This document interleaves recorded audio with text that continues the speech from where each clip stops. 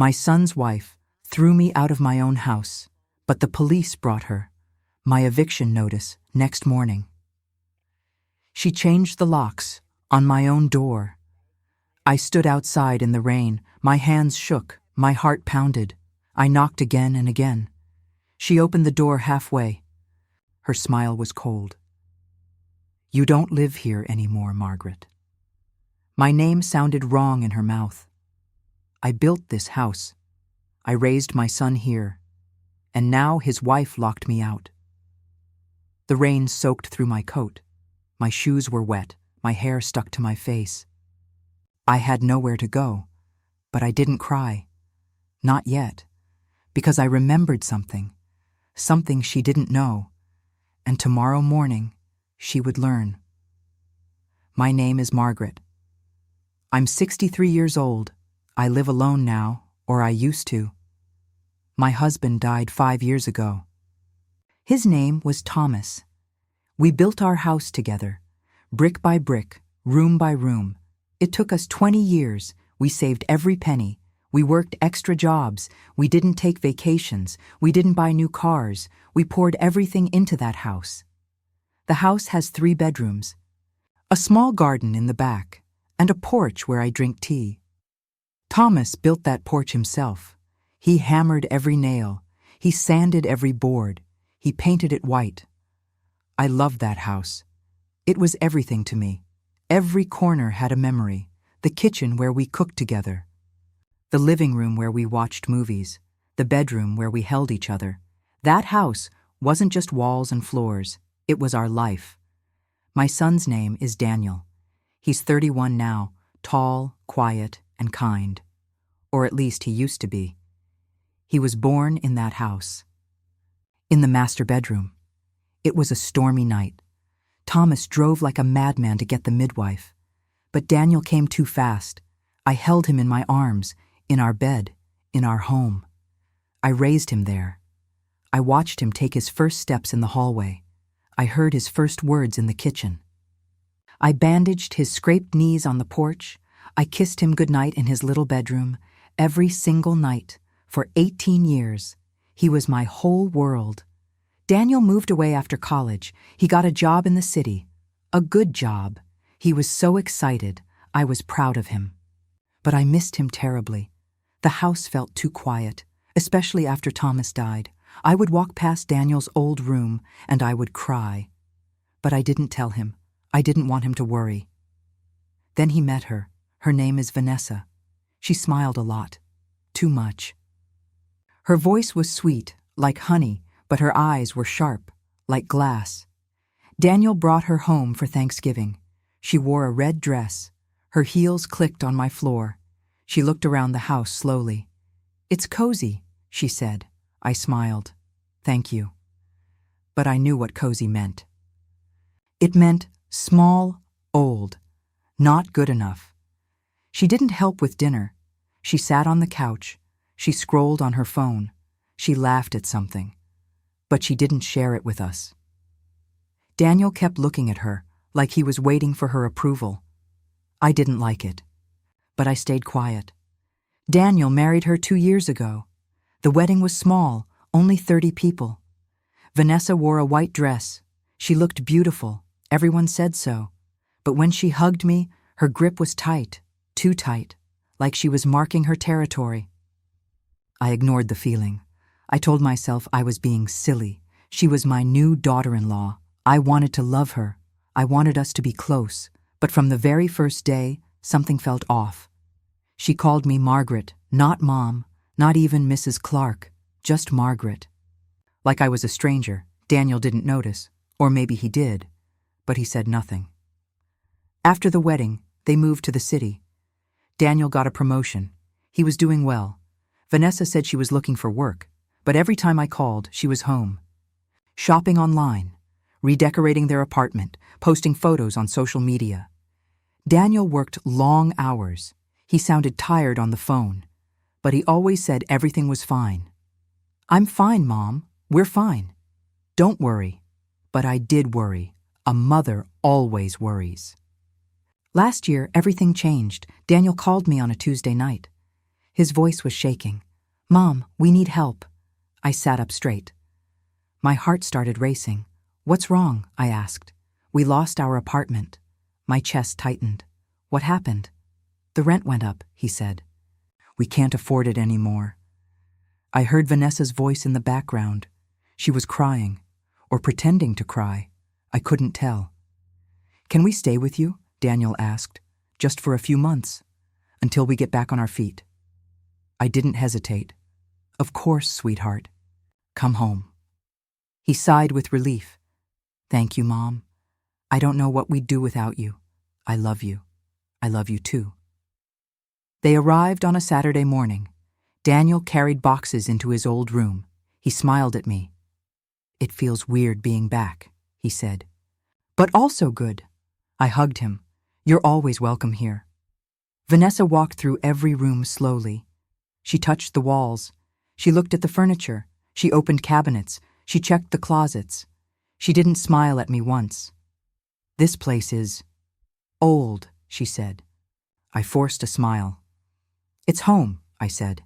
She didn't reply.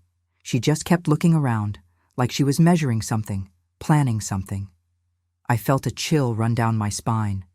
I made lunch for them, chicken soup and fresh bread. Thomas always loved my soup. I made it the way he taught me, slow, with love. Daniel ate 2 bowls. "This is so good, Mom," he said. His eyes were bright. He looked like my little boy again. Vanessa barely touched hers. "I'm not really hungry," she said. She was scrolling on her phone. Her nails clicked against the screen. I cleared the table quietly. Daniel helped me. He dried the dishes while I washed. We talked about his job, about his plans. It felt normal. It felt good. Vanessa stayed on the couch. She didn't offer to help. She didn't say thank you. She just sat there, scrolling, smiling at her phone. At first, everything seemed fine. Daniel went to work every day. He left early in the morning. He came home late at night. Vanessa stayed home. She said she was looking for a job, but I never saw her looking. She spent hours on her phone. She ordered things online. Boxes arrived every week. Clothes, shoes, makeup, perfume, jewelry, decorations. I didn't say anything. It wasn't my business. But the house started changing. She moved my photos, the ones of Thomas and me. The ones of Daniel as a baby. She put them in a drawer. "They make the room look cluttered," she said. She threw out my curtains, the ones I sewed myself. "They're ugly," she said. She painted the living room without asking. I came home one day and the walls were gray. "Dark gray, like a storm cloud. It looks better now," she said. I stood there, speechless. My yellow walls were gone. Thomas and I chose that yellow together, 20 years ago, on a Sunday afternoon. We went to the hardware store. We looked at every shade. He held up samples against the wall. "This one," I said, "sunshine yellow." He smiled. "Perfect." We painted it ourselves. We laughed the whole time. He got paint in my hair. I got paint on his nose. We danced in that yellow room, to old music, with paint on our hands. It was one of my favorite memories. And now it was gray. I wanted to scream, but I didn't. I just nodded. "It's different," I said. She smiled. "You'll get used to it." Weeks passed. Vanessa started giving me orders. "Margaret, don't leave dishes in the sink." "Margaret, your tea smells too strong." "Margaret, can you stay in your room tonight?" I blinked. "Why?" "We're having friends over. In my house, but I said nothing. I went to my room. I heard laughter downstairs, music, glasses clinking. Voices I didn't recognize. I lay in bed. My hands felt cold. I stared at the ceiling. Something was wrong, but I didn't know what. One morning, I found Vanessa in my bedroom. She was going through my drawers, my private drawers. "What are you doing?" I asked. She jumped, then she smiled. "Oh, I was just looking for a scarf." "I didn't say you could," I said. Her smile faded, just for a second. Then it came back. Sweeter, softer. "I thought we were family," she said. Her voice sounded hurt, like I had wounded her. I felt guilty immediately. "I'm sorry," I said. I like my privacy." She nodded slowly. "Of course, Margaret. I understand." She left the room, but I saw her face. It wasn't hurt. It was angry, cold, calculating. A few days later, my friend Clara visited. Clara and I have been friends for 40 years. We met when our kids were in kindergarten. We've been through everything together: divorces, deaths, birthdays, holidays. She's more than a friend. She's family. She brought cake, lemon cake, my favorite. We sat in the kitchen. She poured tea. I cut the cake. "How's it going with Daniel and Vanessa?" she asked. I hesitated. I looked down at my plate. "It's fine." Clara looked at me. Her eyes were sharp. She always knew when I was lying. "You don't sound fine." I sighed. "She's different." "Different how?" "She acts like this is her house." Clara frowned. "It is your house, Margaret." "I know," I whispered, "but she makes me feel like a guest, like I'm in the way."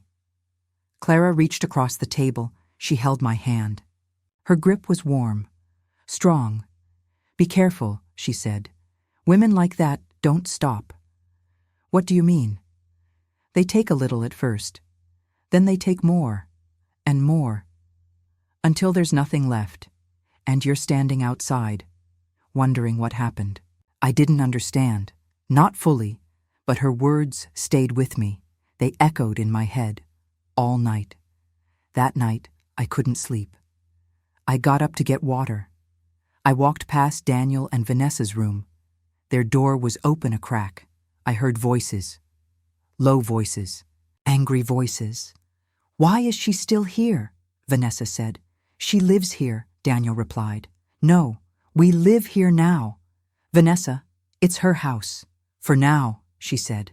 My blood went cold. What did that mean? "For now." I stepped back. The floor creaked. Vanessa's voice stopped. I rushed to my room. My heart was pounding. Closed the door. I locked it. I sat on my bed. My hands were shaking. I couldn't sleep that night. I kept hearing her voice. "For now. For now. For now." The next morning, Vanessa was extra sweet. "Good morning, Margaret," she said. Her voice was like honey, thick, sweet, sticky. I made coffee. She handed me a cup. I looked at it, then at her. Her smile was too wide. "Thank you," I said, but I didn't drink it. I poured it down the sink when she left. I don't know why. I just didn't trust her. A week later, Vanessa started talking about renovations. She had a notebook. She had drawings. She had plans. "We should knock down this wall," she said. She pointed at the wall between the kitchen and dining room, the wall Thomas built. "We could make the kitchen bigger, more open, more modern." I stared at her. "This is my house," I said. She laughed, a light, tinkling laugh. "I know, Margaret, but we live here too. Don't you want it to look nice?" I felt heat rising in my chest. "It already looks nice. Thomas and I built it this way." She rolled her eyes. She actually rolled her eyes. "Thomas is dead." "Margaret." The room went silent. Daniel looked up from his phone. His face went pale. "Vanessa." "What?" she snapped. "I'm just being honest. He's been dead for 5 years. Maybe it's time to move on." I stood up. My legs were shaking. My whole body was shaking. "Get out," I whispered. "What?" "Get out of my kitchen." Vanessa's face turned red. Her eyes flashed. "You can't talk to me like that."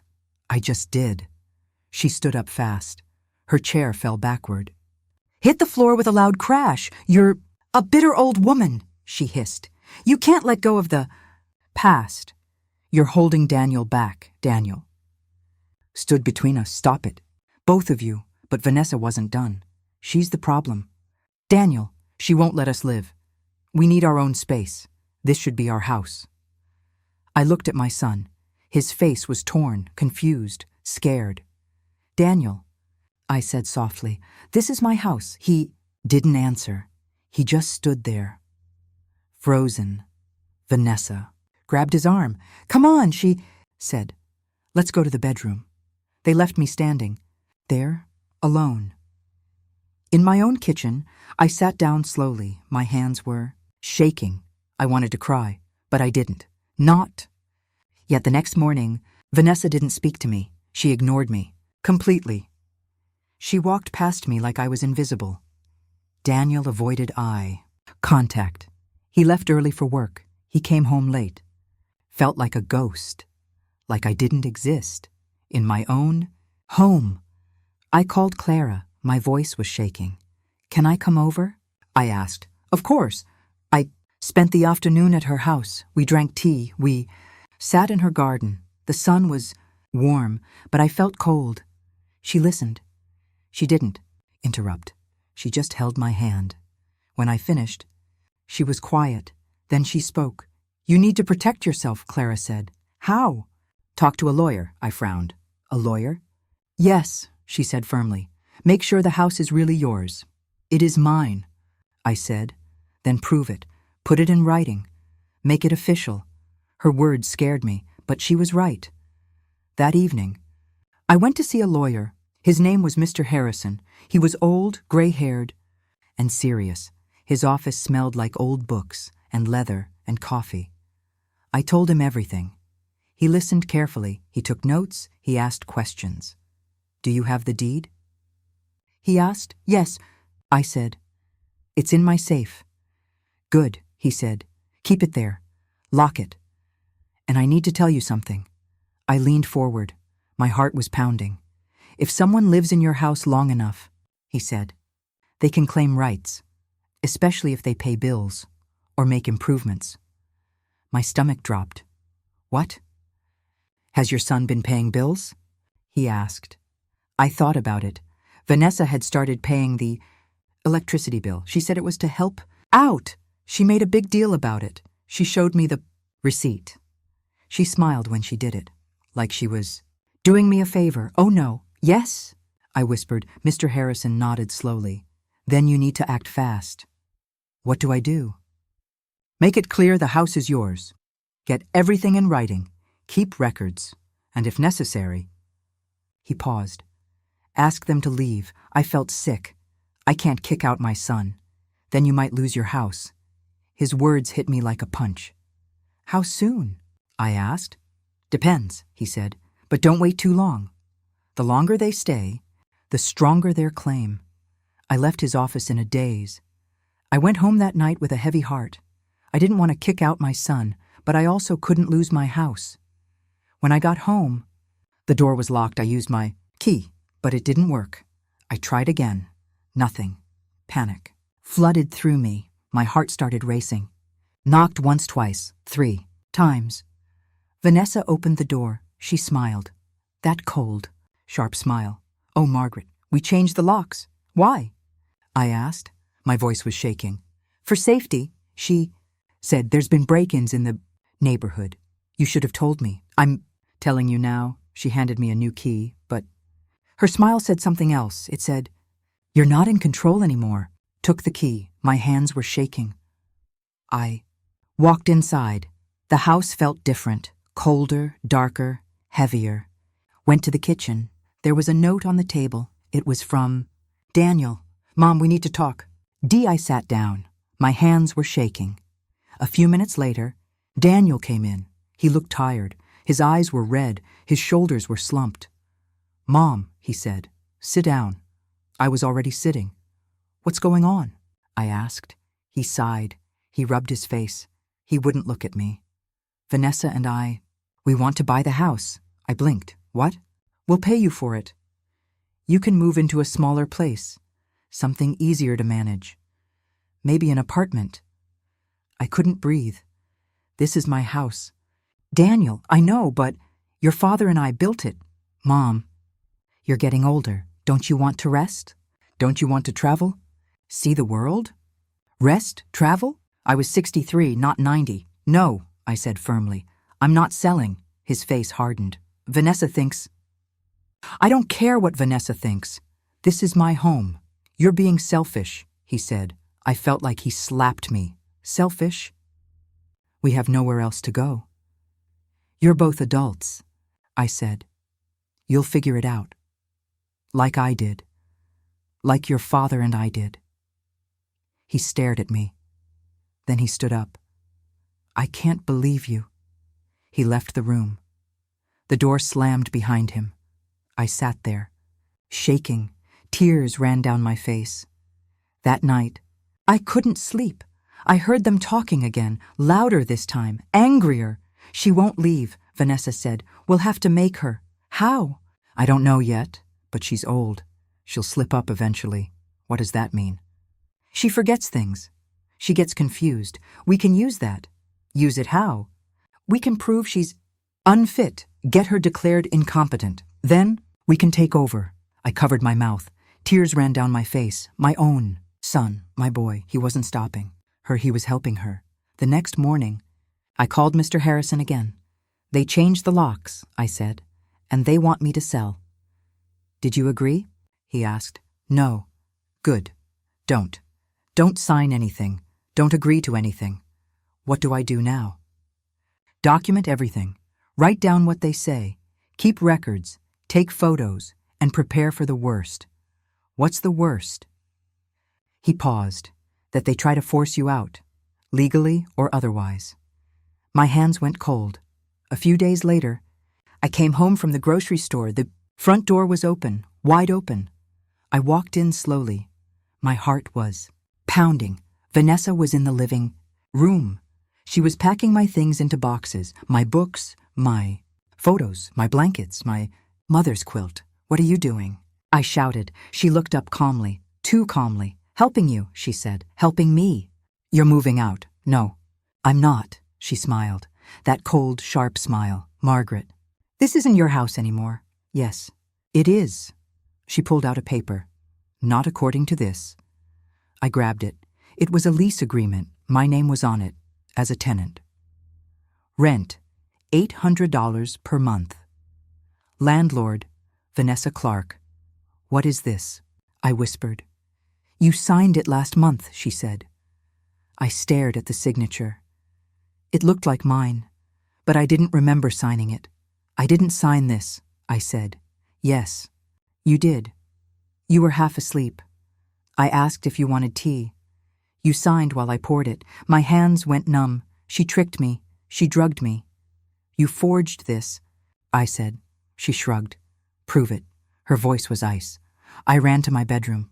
I pulled out my lockbox. Inside was the deed. The original deed. My name. Thomas's name, dated 30 years ago. Official, legal, real. I held it tight. I walked back into the living room. This is the deed, I said. The house is mine. Vanessa's face changed, just for a second. Fear flickered in her eyes. Then she smiled again. That's old, she said. Doesn't matter anymore. Yes, it does. Not if you're declared unfit. I froze. What? Daniel and I talked to a doctor. We're concerned about your memory. You forget things. You get confused. You wander at night. I felt the room spin. That's a lie. Is it? She stepped closer. You signed a lease and don't remember. You leave the stove on. You forget where you put things. You ask the same questions twice. Everything. She said was twisted, little mistakes, normal things. Everyone does, but she made them sound like proof, like I was losing my mind. I'm not crazy, I whispered. She tilted her head. Then why are you crying? I called Clara immediately. My hands shook as I dialed. She answered on the first ring. Margaret? She's trying to kick me out. I'm coming over. Bring your son. Already on it. Clara arrived 20 minutes later. She brought her son. His name was Officer Bennett. He was tall, serious, and kind. He wore his uniform. He looked official, strong, safe. I showed him the deed. I showed him the fake lease. I told him everything. My voice shook, but I didn't stop. He listened carefully. He took photos of the documents. He wrote notes. Then he looked at Vanessa. Did you create this lease? He asked.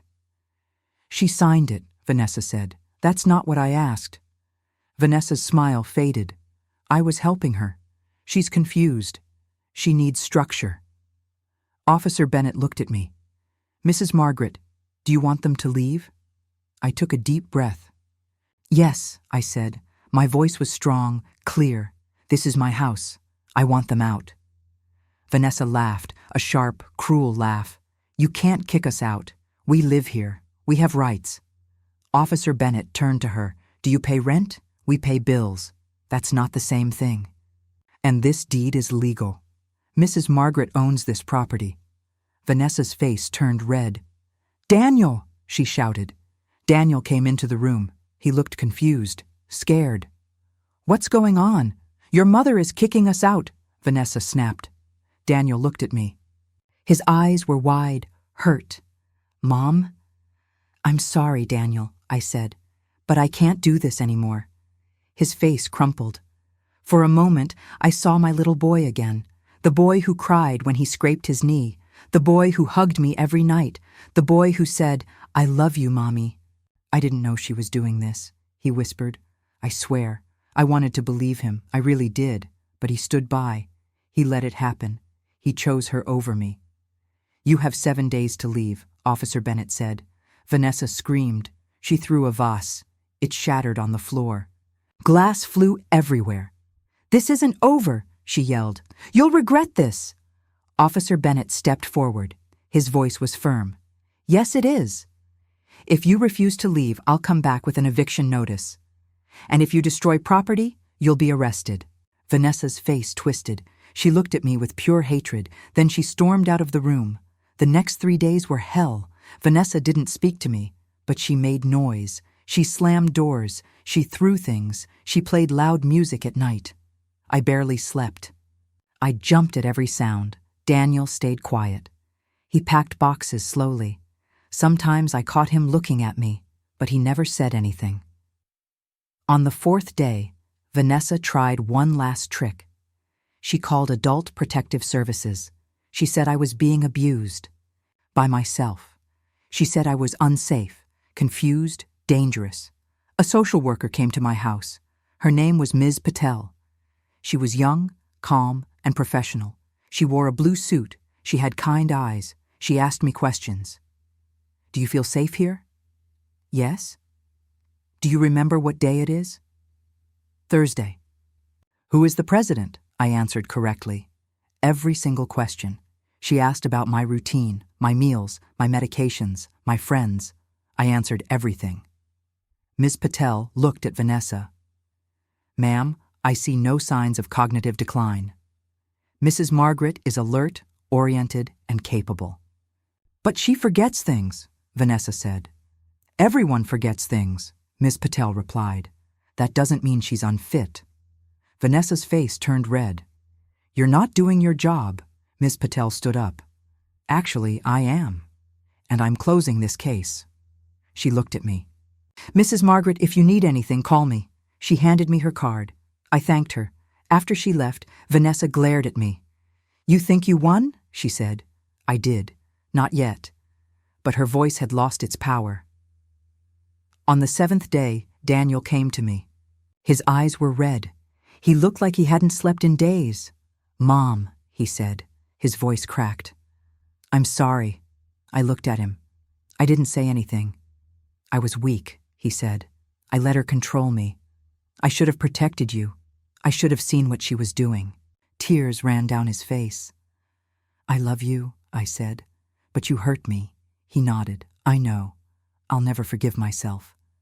I touched his face. His cheek was wet. "You're still my son. But I can't let anyone take my home. Not even you." He hugged me. We both cried. For a long time. Then he left. Vanessa left without a word. She took everything she could. She even took my favorite lamp, the one Thomas bought me for our anniversary. I didn't care. I just wanted her gone. A week later, I got a call. It was from a lawyer. Not Mr. Harrison, a different one. Vanessa was suing me. She claimed I owed her money for improvements she made to the house. Painting, cleaning, emotional labor. I laughed. I actually laughed. Mr. Harrison handled it. He was furious. She has no case, he said. No receipts, no contracts, no proof.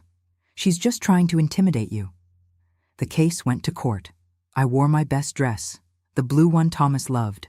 Vanessa wore a black dress. She looked like she was going to a funeral. She cried on the stand. She said I was cruel, that I kicked her out for no reason, that she had nowhere to go. The judge listened. Then he looked at the evidence. The deed, the fake lease, the police report, the social worker's notes. He looked at Vanessa.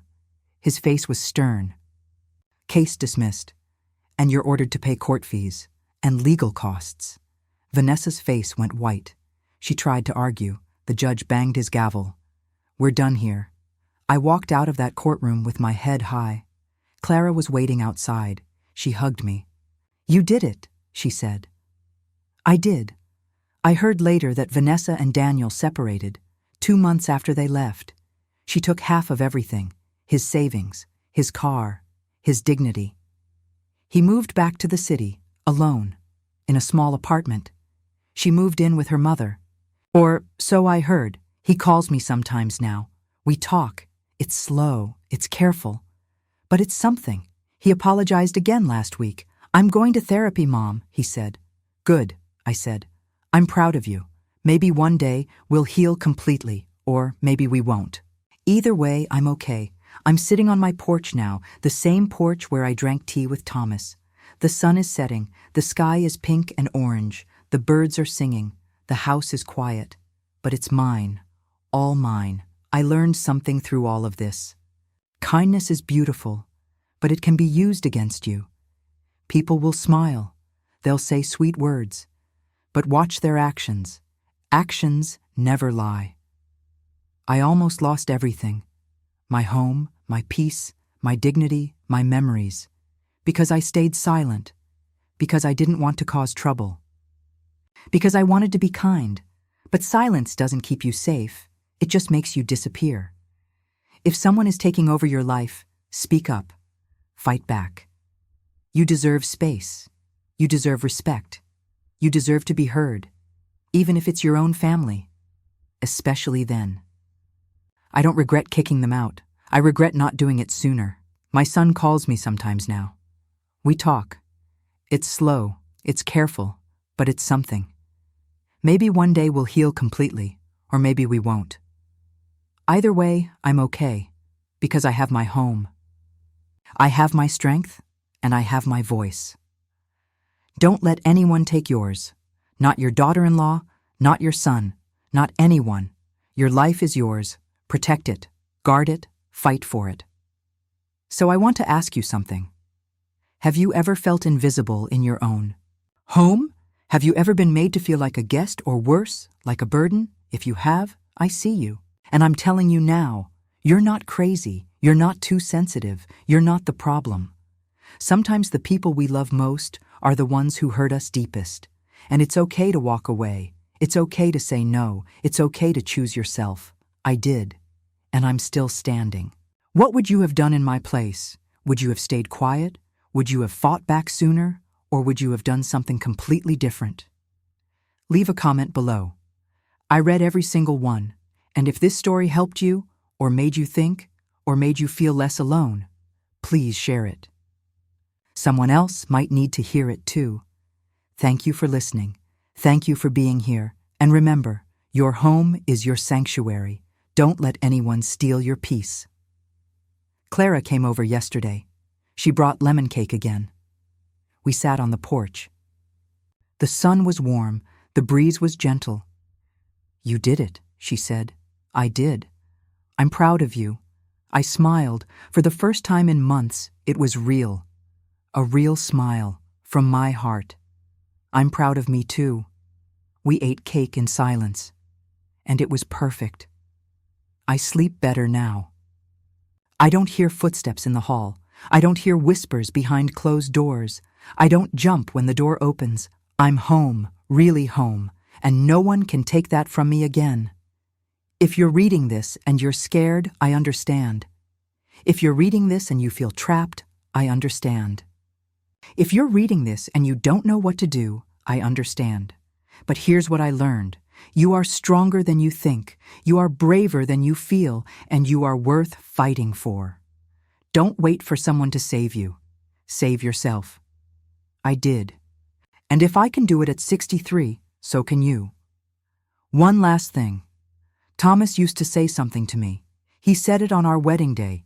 He said it when we built this house. He said it when Daniel was born. He said it on his deathbed. He said, "Margaret, home isn't a place. It's a feeling." I didn't understand it then, but I do now. Home is where you feel safe, where you feel seen, where you feel loved. And if a place doesn't give you that, it's not home, even if you own it. But now, this house is home again, because I made it that way. I fought for it, I protected it, and I won. So here's my message to you. If someone is making you feel small, walk away. If someone is making you doubt yourself, walk away. If someone is taking what's yours, fight back. You are not selfish for protecting your peace. You are not cruel for setting boundaries. You are not wrong for choosing yourself. You are human, and you deserve to be happy. You deserve to be safe. You deserve to be free. I planted flowers in the garden yesterday, yellow ones, like sunshine. Like the old living room walls. Thomas would have liked that. I sat on the porch afterward. I drank my tea. I watched the sunset. And for the first time in a year, I felt at peace. Thank you for staying with me through this story. Thank you for listening to my pain. Thank you for believing me. Because for a long time, I didn't believe myself, but now I do, and I hope you believe in yourself too. Take care of yourself.